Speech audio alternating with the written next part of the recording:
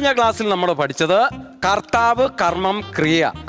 ഇന്ന് നമ്മൾ പഠിക്കുന്നത് ഭാവി, ഭൂതം, വർത്തമാനം. അപ്പൊ ആദ്യം നമുക്ക് വർത്തമാനം പറയാം. അന്നെല്ലാം എടുത്തു വെച്ചോ, എനിക്കും അതായിട്ട്. എടാ, ഗ്രാമർ പഠിക്കാം, കേട്ടിട്ടില്ലേ? നടന്നുകൊണ്ടിരിക്കുന്ന എന്തിനെയാണോ അതിലെ സൂചിപ്പിക്കുന്നതാണ് വർത്തമാനം. നടന്നുകൊണ്ടിരിക്കുന്നു.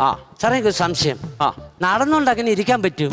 ഒന്ന് ഇരുന്ന് കഴിഞ്ഞൊന്ന് നടക്കുവോ, അല്ലെ നടന്നു കഴിഞ്ഞിട്ട് ഒന്ന് ഇരിക്കുവാണെങ്കിൽ അത് അങ്ങനെ നടക്കുന്ന ഇരിയോടെ. അടുത്തത് ഭാവി.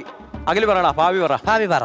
എന്നുവെച്ചാ വരാനിരിക്കുന്ന കാലത്തെ സൂചിപ്പിക്കുന്നതാണ് ഭാവി കാലം. അപ്പൊ ഞങ്ങളുടെ കുഞ്ഞമ്മയും മക്കളും അവര് ഗൾഫിൽ നിന്ന് വരാനിരിക്കുക. ഒറ്റ അടി ഞാൻ കാലം മുട്ടു തീർത്ത് തന്നാലുണ്ടല്ലോ. ശ്രദ്ധിക്കത്തേ ഇല്ലേ? പര്യായപദം പറ.